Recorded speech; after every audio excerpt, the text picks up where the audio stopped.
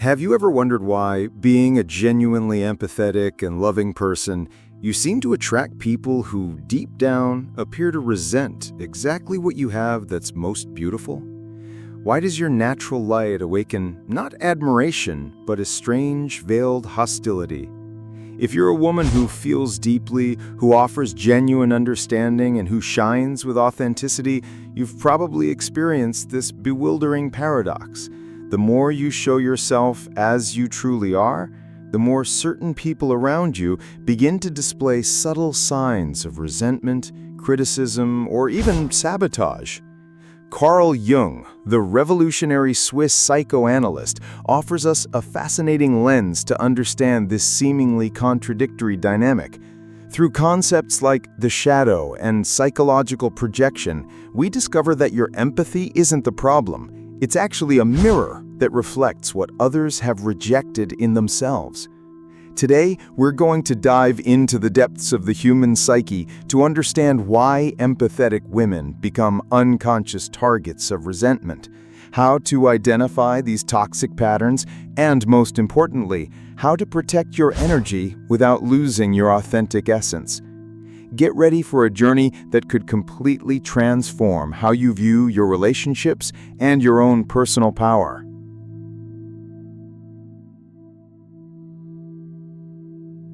The paradox of light: why your empathy awakens others' shadow side. There's a profound psychological truth that Jung discovered in his decades of studying the human psyche. We are unconsciously drawn to what we lack, yet simultaneously threatened by it.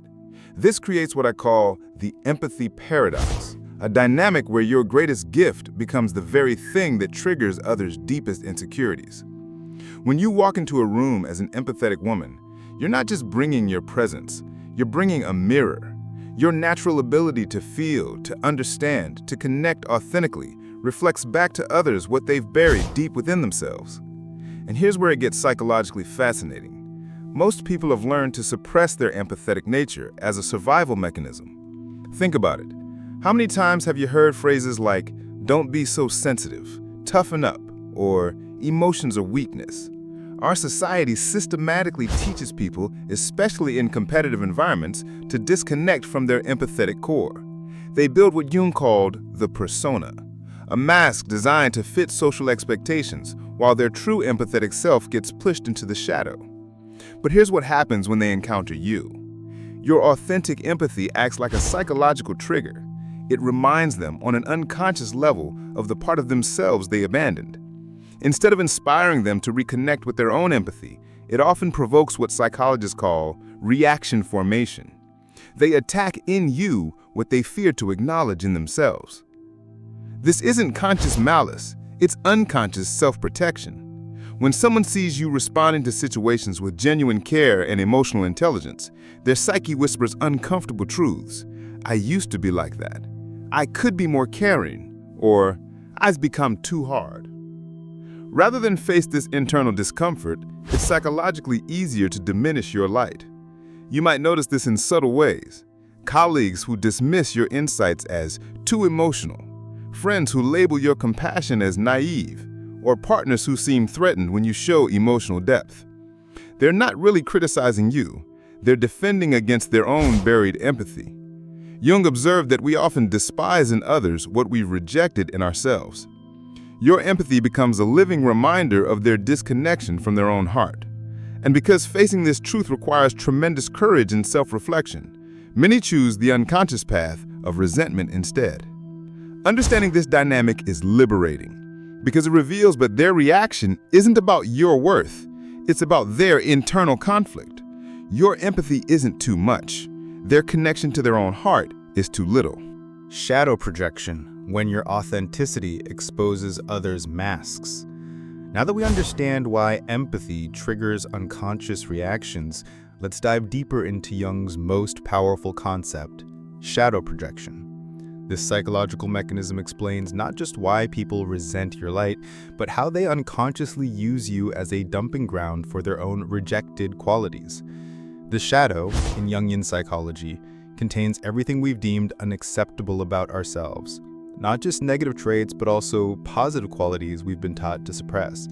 For many people, especially those who've learned to navigate the world through emotional armor, qualities like vulnerability, sensitivity, and deep caring have been banished to the shadow.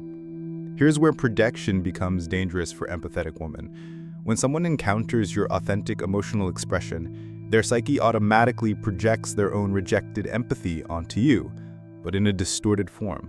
They see your sensitivity as weakness, your caring as manipulation, your emotional intelligence as drama.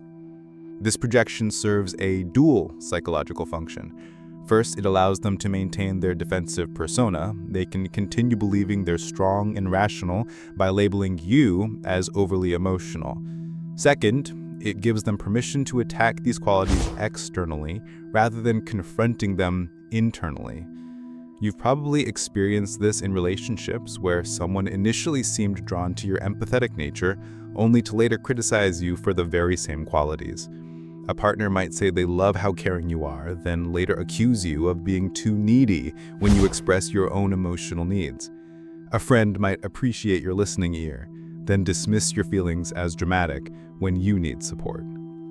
This isn't hypocrisy. It's unconscious shadow work happening at your expense. They're using you to process their own internal conflicts about emotional expression. Your authenticity forces them to confront the gap between who they are and who they could be, and projection becomes their defense mechanism. The most insidious part of shadow projection is how it can make you doubt your own reality. When someone consistently labels your empathy as a flaw, you might start believing them. You might begin suppressing your natural gifts, trying to become more acceptable to those who are threatened by your light. But here's what Jung understood. When someone projects their shadow onto you, they're actually revealing their own psychological landscape. Their criticism of your empathy is a confession of their own disconnection. Their labeling of your authenticity as too much is an admission that they've learned to be too little. Recognizing shadow projection is crucial for maintaining your psychological sovereignty. When someone attacks your empathetic nature, ask yourself, what rejected part of themselves might they be seeing in me? This shift in perspective transforms their criticism from a personal attack into valuable information about their internal world. Remember, you cannot heal someone else's relationship with their shadow by dimming your light. In fact, the most powerful thing you can do is maintain your authenticity while refusing to absorb their projections. This forces them either to do their own shadow work or remove themselves from your energy field. Your empathy isn't the problem. Their fear of their own empathy is. If you've recognized these patterns in your own relationships, you're not alone. In the comments below, share one moment when you felt someone resented your empathetic nature. Let's create a space where empathetic women can validate each other's experiences. And if this resonates with you, subscribe for more insights into the psychology of relationships and personal power. The unconscious mechanism of resentment, decoding the hidden signals. Understanding the theory behind shadow projection is one thing, but recognizing it in real time within your relationships is where your true power lies. Let's decode the subtle and not so subtle ways people express resentment toward your empathetic light so you can protect your energy before it's drained. Jung believed that the unconscious always finds a way to express itself, even when someone consciously tries to hide their true feelings. Resentment toward empathetic women rarely shows up as direct hostility. It's far more sophisticated and psychologically complex than that. The first pattern to recognize is what I call empathy minimization. This happens when someone consistently downplays or dismisses your emotional insights. They might say things like, "You're reading too much into it," "Not everything is that deep," or "You're being too sensitive." What they're really saying is, "Your ability to see emotional truth makes me uncomfortable because I've trained myself not to feel." Watch for the emotional gaslighting pattern. This occurs when someone makes you question your own emotional reality. They might tell you that you're overreacting to situations where your empathetic radar is picking up genuine red flags. Your intuition senses their discomfort with intimacy, but they convince you that you're imagining things. This is their unconscious way of maintaining emotional distance while making you doubt your empathetic gifts. Another revealing pattern is competitive empathy. Some people, when confronted with your natural emotional intelligence, will try to prove they're more empathetic through performative caring. They'll interrupt your emotional expressions to share their own stories, or they'll offer unsolicited advice to demonstrate their superior understanding. This isn't genuine empathy. It's ego protection disguised as compassion. Pay attention to empathy punishment, perhaps the most damaging pattern. This happens when someone withdraws affection, becomes cold, or creates conflict specifically after you've shown vulnerability or deep caring. Your openness triggers their fear of intimacy, so they unconsciously punish you for being what they cannot allow themselves to be. The rational superiority defense is particularly common in professional settings. Someone will position themselves as more logical or objective, while subtly implying that your empathetic approach is less valuable. They might say things like, "Let's stick to facts," when you bring emotional intelligence to problem solving. Or, "We need to be more practical," when you consider the human impact of decisions. Here's what's psychologically fascinating.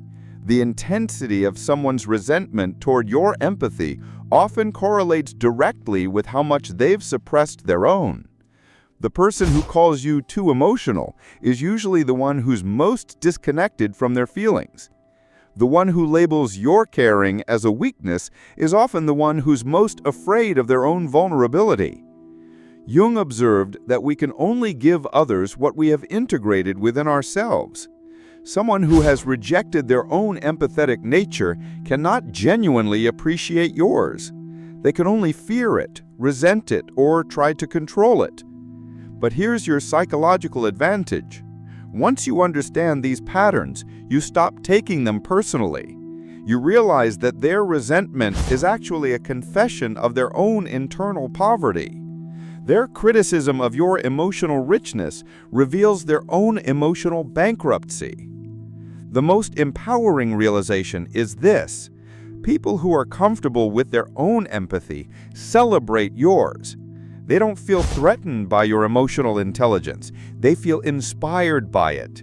They don't minimize your sensitivity. They honor it as a gift.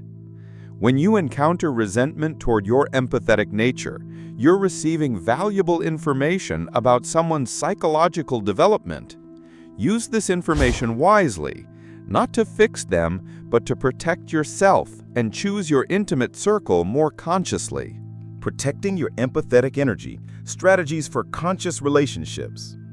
Now that you understand the psychological mechanisms behind resentment toward empathetic women, let's focus on the most crucial aspect: how to maintain your authentic, empathetic nature while protecting yourself from those who would drain or diminish your light. Jung emphasized that individuation, becoming who you truly are, requires both self-knowledge and healthy boundaries.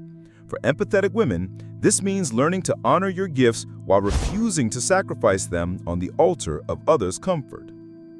The first strategy is what I call empathetic discernment. This isn't about becoming less empathetic, it's about becoming more selective about where you invest your empathetic energy. Not everyone deserves access to your emotional depths. Some people have earned the right to your vulnerability through consistent respect and reciprocity, while others have demonstrated they cannot handle your empathetic gifts responsibly. Create what Jung might call an empathetic hierarchy in your relationships.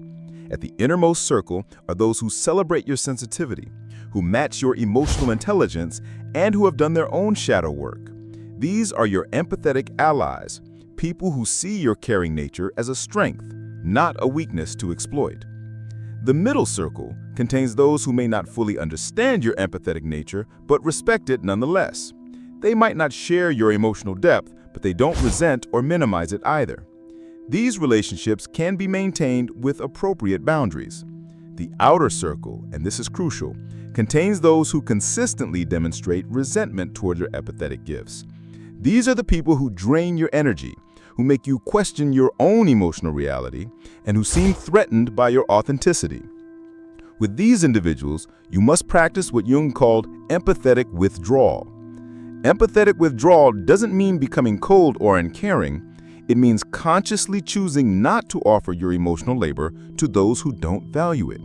When someone consistently minimizes your feelings, stop sharing them. When someone punishes your vulnerability, stop being vulnerable with them. This isn't punishment, it's self-preservation. Learn to recognize the difference between someone who's temporarily struggling with their own empathy and someone who's actively hostile to yours.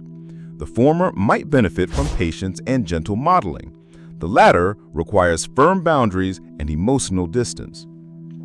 Practice what Jung called holding the tension of opposites. You can be both empathetic and boundaried, both caring and selective, both open-hearted and discerning. These aren't contradictions, they're the hallmarks of mature empathy. Develop your empathetic radar, that intuitive sense that tells you when someone is genuinely receptive to your caring versus when they're likely to resent or exploit it. Trust those initial gut feelings when you meet someone new. If your empathy feels unwelcome or unsafe, honor that instinct. Create empathetic rituals that help you process and release the emotional energy you absorb from others. This might include journaling, meditation, time in nature, or creative expression. Jung believed in the importance of giving form to our inner experiences. Find ways to externalize and transform the emotional residue you pick up from others. Most importantly, surround yourself with other empathetic individuals who understand your nature. Seek out friendships and romantic partnerships with people who have integrated their own empathy, who don't feel threatened by emotional depth, and who see your sensitivity as a gift to be treasured, not a weakness to be exploited. Remember, protecting your empathetic energy isn't about becoming less empathetic, it's about becoming more conscious about how you use this precious gift. Your empathy is not a resource to be depleted by those who resent it. It's a superpower to be shared with those who appreciate it. Jung taught us that we cannot change others, but we can change how we respond to them. You cannot make someone appreciate your empathetic nature, but you can choose to share it only with those who do. Your empathy is not too much. You are not too sensitive. You are not too caring. You are exactly as empathetic as you need to be. The right people will see this as your greatest strength, and those are the only people who deserve access to your empathetic heart. The world needs your empathy, but it needs you to be discerning about where you place it. Protect your light not by dimming it, but by choosing carefully who gets to bask in its warmth. I want you to carry this truth with you. Your empathetic nature is not a flaw to be fixed, but a gift to be honored and protected. Through Jung's lens, we've discovered that resentment toward your empathy says nothing about you, and everything about others' relationship with their own rejected sensitivity. The people who resent your light are not your people. The ones who celebrate it are. Your task is not to convince the former to appreciate you, but to find and nurture relationships with the latter. Remember, you cannot heal someone else's shadow by sacrificing your light. You can only inspire their healing by maintaining your authenticity while protecting your energy. Your empathy is your superpower. Use it wisely, share it selectively, and never apologize for the depth of your caring heart. If this deep dive into the psychology of empathetic women resonated with you, make sure to subscribe to Whispering Wisdom for more insights that honor your emotional intelligence and help you navigate relationships with consciousness and power. Hit that notification bell so you never miss content designed specifically for women who feel deeply and love authentically. Your empathetic journey deserves wisdom that matches your depth.